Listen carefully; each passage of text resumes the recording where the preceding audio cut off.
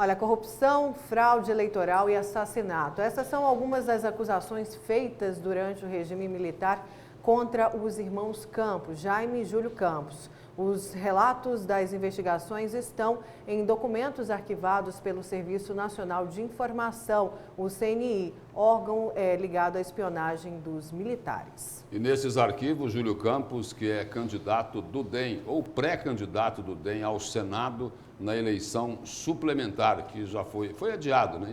Tinha sido marcada, mas foi adiada em função da cassação do mandato da ex-senadora Selma Arruda. Júlio Campos é apontado por esses relatórios lá do extinto SNI, o Serviço Nacional de Informações, como autor de diferentes crimes. E agora nós conversamos aqui no Jornal do Meio-Dia. Júlio Campos está lá no estúdio paralelo. Boa tarde, ex-governador. Boa tarde, é uma imensa satisfação voltar ao Jornal do Meio-Dia, justamente no momento tenebroso, não só de pandemia, como também com essas denúncias requentadas, né, trazidas à tona contra a minha pessoa e a pessoa do meu irmão, o senador Jaime Campos, depois de 40 anos após. Ex-governador, um dos pontos aí desse relatório do SNI é o seguinte, é de que Júlio e Jaime Campos enriqueceram na política cobrando propina de empreiteiras. Isso, como o senhor falou aí, há mais de 30 anos atrás. Essa prática já existia naquela época? Nunca vi falar. No regime que eu trabalhei, quando fui governador, ainda existia o AI-5 e existia o Serviço Nacional de Informação rigorosamente patrulhando qualquer administrador público. Eu não acredito que esse cidadão, que era agente do SDI em Cuiabá e que mandava essas informações, foi tão desmoralizado que não aconteceu nada. Será possível que o Serviço Nacional de Informação, na época dirigida pelo general, primeiro João Figueiredo, depois general Otávio Medeiros, depois general Ivan Souza, tomaram conhecimento dessas barbaridades, dessas informações e não deram nenhuma providência legal? Naquele tempo, se isso fosse verdade, nós teríamos sido cassados o nosso mandato, nós teríamos tido nossos bens sequestrados, tudo mentira, tudo falso, tudo inveja. Não é possível que o SNI, que caçou tantos governadores, tantos deputados, tantos secretários de Estado, tantos prefeitos e vereadores, deixou Júlio e Jaime solto, a Deus dará, depois de tantas acusações. Pilhéria, mentira e safadeza de quem era representante do SDI em Cuiabá. Agora, ex-governador, o senhor acredita que esse resgate aí dos relatórios das investigações do SNI é alguma manobra política, por exemplo, dos seus adversários, agora que o senhor já é pré-candidato às eleições suplementares ao Senado? Eu não posso dizer que é partido de meus adversários ou possíveis adversários de uma eleição que não sequer está marcada, que é a suplementar para o Senado da República. Porque esse documento, todos esses documentos estão no arquivo morto do Serviço Nacional de Informação. Qualquer cidadão pode ir lá no CIAN, chama CIAN, entrar, cadastrar e captar informação de tudo o que ocorreu no Brasil, no regime militar e depois pós-regime militar, investigado pelo SDI. Se isso tivesse algum fundamento, Nayara, eu tinha certeza absoluta que Júlio Campos não estaria hoje aqui sendo candidato novamente. Tinha sido cassado, suspenso de direitos políticos, Jaime Campos também. No entanto, depois de tanta informação negativa contra nós estamos até hoje em pleno direito político e sem nunca sequer ter sido citado no Petrolão, no Mensalão, nessas corrupções de últimos anos que nós estávamos no exercício de mandato de senador, no mandato de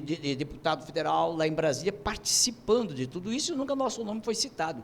Então eu me considero realmente, isso aí pode até ser de algum adversário, possível adversário, que esteja frustrado, porque o meu nome, mesmo afastado da eleição, continua sendo, nas pesquisas, o melhor indicado para ser o senador para Mato Grosso na vaga da Selma Arruda. Ex-governador, naquela eleição lá de 82, quando o senhor se elegeu como governador de Mato Grosso, o adversário do senhor foi o padre Raimundo Pombo, do MDB. Perfeito. O MDB fez denúncias pesadas aí sobre fraude eleitoral, né? Eleitor que votava, diz que a denúncia é de que tinha eleitor que votava 5, 10, 20, 30 vezes, tinham urnas aí espalhadas, né? Jogaram no Rio Cuiabá. Boiando pelo Rio Cuiabá, não é isso? Como é que foi? Teve essa fraude? Não teve? Porque o MDB diz o seguinte, olha, a fraude foi gigantesca. Aqui está o acordo do Tribunal Superior Eleitoral.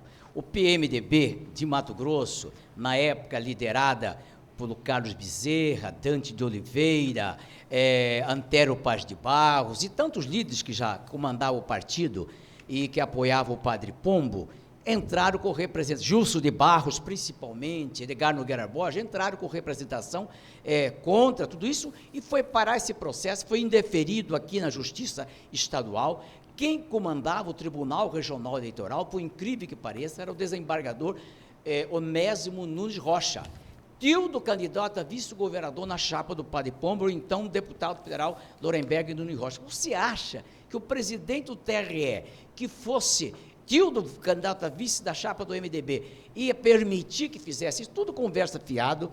Esse processo foi indeferido em Cuiabá, depois subiu para Brasília e foi indeferido pelo egrégio Tribunal Superior Eleitoral no dia 15 de setembro de 1983. A eleição foi 15 de novembro de 82 e menos de um ano foi julgado, investigado pelo Ministério Público Federal Eleitoral e também pelo Supremo Tribunal. O presidente era o Soares Munhoz, o Décio Miranda foi o relator e o ministro Valim Teixeira era o representante do Ministério Público Federal no TSE. Portanto, aqui está a prova cabal de tudo isso em documento original do Tribunal Superior Eleitoral. Foi uma eleição limpa, então, ex-governador?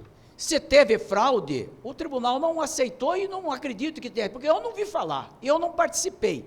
E, demais disso, foi uma eleição tão disputada, tão efervescente, que a diferença de voto foi de 15 mil votos, porque eu ganhei no interior, perdi aqui em Cuiabá por 3 mil e poucos votos e ganhei no restante do estado. Naquela época a eleição foi vinculada, Lúcio. O candidato a prefeito e a vereador do antigo PDS era obrigado a votar com o governador e o senador. Tanto é que a impugnação aqui também visava a anulação da eleição de Roberto Campos, baseado que ele era diplomata que não tinha domicílio eleitoral em Cuiabá, que ele tinha que ter desincompatibilizado o cargo lá em Londres. E o tribunal também não acatou nada contra Roberto Campos. E nesse período, após isso, não conformado, disseram que eu tinha mandado, eu e o Jaime Campos, tinham mandado matar o tardo Celso Quintela, que foi candidato na sublegenda do MDB, junto com Sarita Baracate, para a Prefeitura de Vaza Grande. O PDS lançou Jaime Campos e Agrícola Pompeu. E o MDB lançou Sarita Baracate e Celso Quintela. Ele saiu em terceiro lugar com uma votação pífia e, lamentavelmente, foi assassinado por seus parceiros logo após a apuração. E aqui está um documento do egrégio Tribunal de Justiça de Mato Grosso e uma cópia do parecer da Procuradoria-Geral de Justiça, assinado pelo então promotor de justiça, doutor Antônio Rans, que hoje está vivo ainda com 90 anos, que pode até testemunhar esse fato, e documento também assinado pelo egrégio procurador da justiça da época, desembargador Leonas Duarte Monteiro, que era procurador-geral de justiça. Então, tudo foi investigado, foi tudo constatado e nada foi acatado pelo Poder Judiciário. Os assassinos de Celso Quintela foram presos e punidos dentro da lei e cumpriram seu crime cometido lá logo após a apuração das eleições. Quem ia mandar matar um candidato que perdeu a eleição, saiu em terceiro lugar, você já é eleito governador, já é eleito senador, ia perder tempo? Porque diz que ele tinha provas da fraude.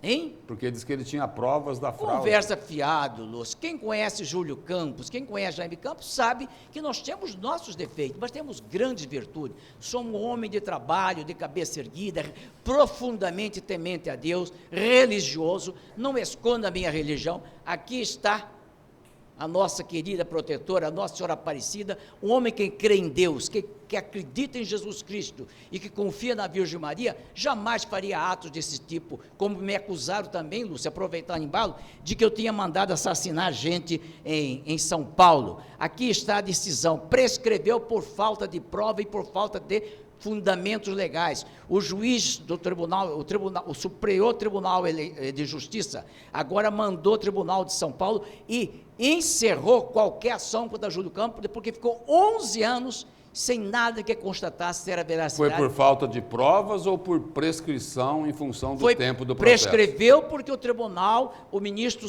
do Superior Tribunal, o Supremo Tribunal, Celso Collor de Mello, aquele ministro Marco Aurélio Collor de Mello, disse que durante 11 anos parado, depois o Ministério Público não teve uma prova concreta e teve que encerrar. O processo tem prazo para ser o inquérito, não podia ficar 11 anos um inquérito aberto sem pronunciamento. Por isso, tudo isso é pilheira. Graças a Deus, nós estamos aqui de cabeça erguida, Lúcio, agradecendo a você, a Nayara, a TV Vida Real, ao Durileu, por essa oportunidade de esclarecer essas verdades. Eu nunca temi em falar a verdade, graças a Deus. Ex-governador, obrigado pela presença e pelas informações aqui no Jornal do Meio-Dia. Eu que agradeço, muito obrigado e bom dia a todos. Obrigada.